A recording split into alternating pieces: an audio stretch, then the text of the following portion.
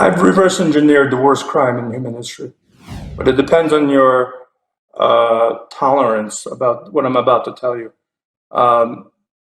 Everything, first of all, whoever's listening to me, please don't believe a word I'm saying. What I mean by that is, no, I mean it. Blind faith belongs to God. With human beings, you should trust but definitely verify. And everything that's being said, I have sources for what I'm saying. Listen, I've survived 2 years of intense media abuse for a reason. Because I have evidence for what I say. Are you going to be able to share the evidence? Yeah, of be able to tell us the evidence, or yeah, go ahead. So go ahead. Yeah, of course. I have evidence. You need to get some water. Okay. Yeah. Go ahead. Yeah, he's doing very, very well. Post-COVID. Yeah, it is. Could be. Well, he only has one lung too, and that lung's got a tumor in it. Okay, I'm just going to go straight into it. COVID-19 is a weapon of mass murder. There's nothing national about it. We have 20 years of patent evidence and 20 years of peer-reviewed, published paper evidence that in detail chronicles how this weapon of mass murder was constructed. And I'm going to start giving you the details right now. 1998, Dr. Ralph Barrick, University of North Carolina, Chapel Hill, funded by the NIH, began research on something called cross-species transmissibility, which basically meant to take a virus from one species and make it infectious to another species. Okay, published a paper on it in 1998. In 1999, he perfected the technique, published a paper on it. Again, funded by the NIH.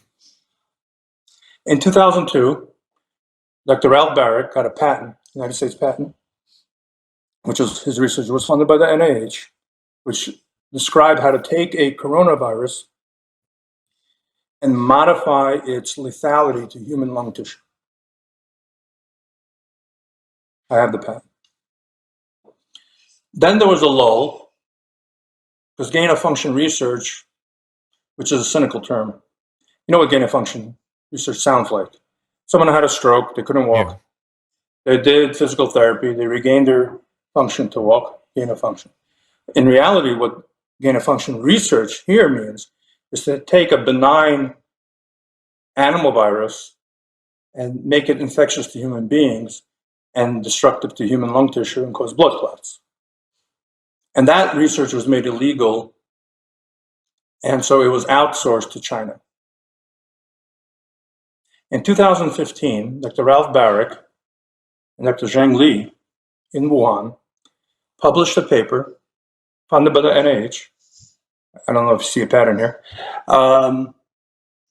where they figured out how to take a bat coronavirus and make it infectious to human beings.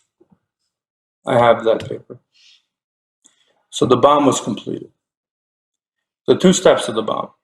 One, and by the way, they could have completed it much earlier. There's a reason why they didn't. I'll tell you in a minute. The component of taking a bad coronavirus and infect human beings, it's one. But so what? They're not lethal. But modify that virus in such a way that it becomes destructive to human. The payload becomes lethal. And so, can I ask? Both of those steps were done and combined. And you had a functioning bomb. Is the furin cleavage site part of that modification? Yes. Yeah. ACE2, furin. They basically, that's how they figured out how to get into the animal virus into a human cell. Mm-hmm. Now here is the really disturbing. Here's the really disturbing part.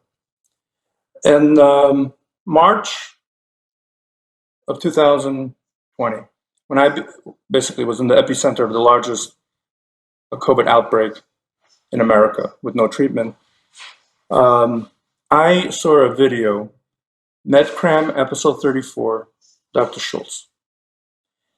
And in that video, Dr. Schultz described the use of zinc ionophores with zinc, specifically hydroxychloroquine, in delivering large amounts of zinc into the cell to inhibit an enzyme called RNA-dependent RNA polymerase, which was essential for some RNA viruses to replicate.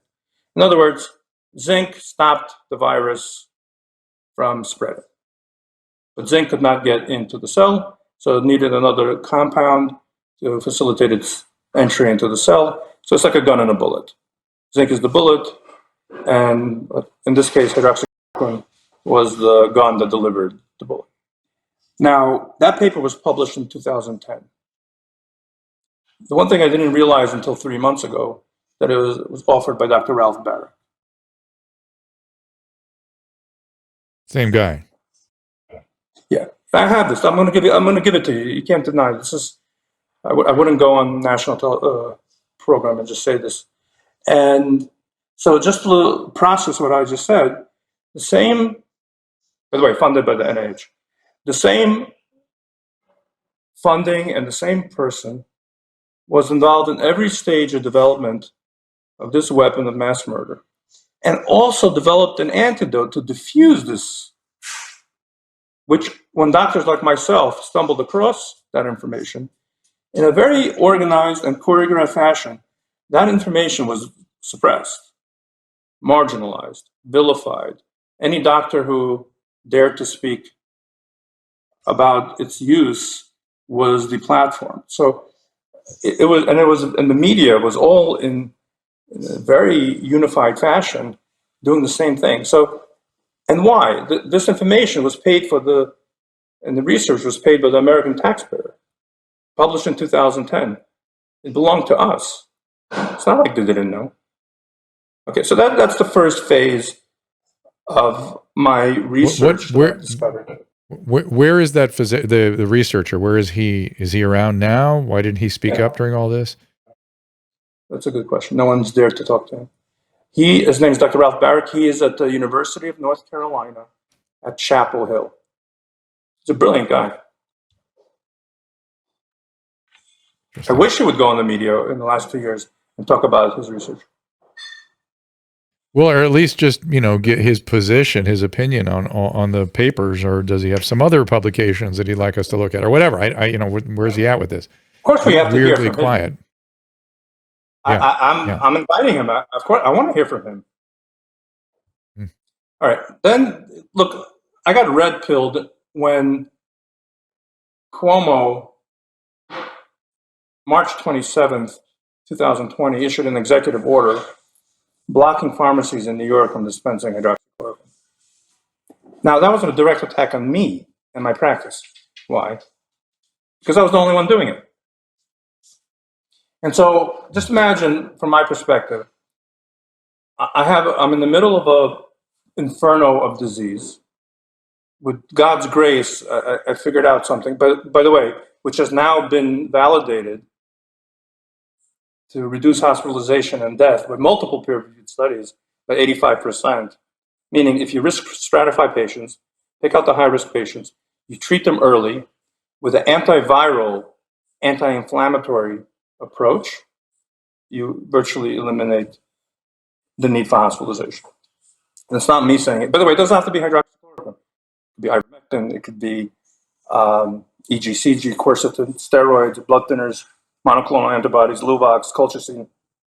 We have many, many tools in our armament, and I found the most effective treatment is custom tailored to each individual patient, because it depends on their history, depends on their presentation, depends on their preferences, and then you kind of put together a treatment approach that is unique to that patient. That's what I found the best kind of outcomes. But so when Cuomo blocked access, I couldn't understand it. And then my patients started dying again because they couldn't get the medication. Anyway, so I did research again, and on the NIH server, I found a substitute for hydroxychloroquine, which is called quercetin. I remember being on your show saying it, and you actually wrote it down and looked it up. I remember that. What it was. Then I took it. Everybody took it. Yeah, we all took it back then. Yeah. With the Want to zinc hear something funny? and the D, I did the five. C. I did 5 interviews in Israel about quercetin. It sold out inside the whole entire country. Mm.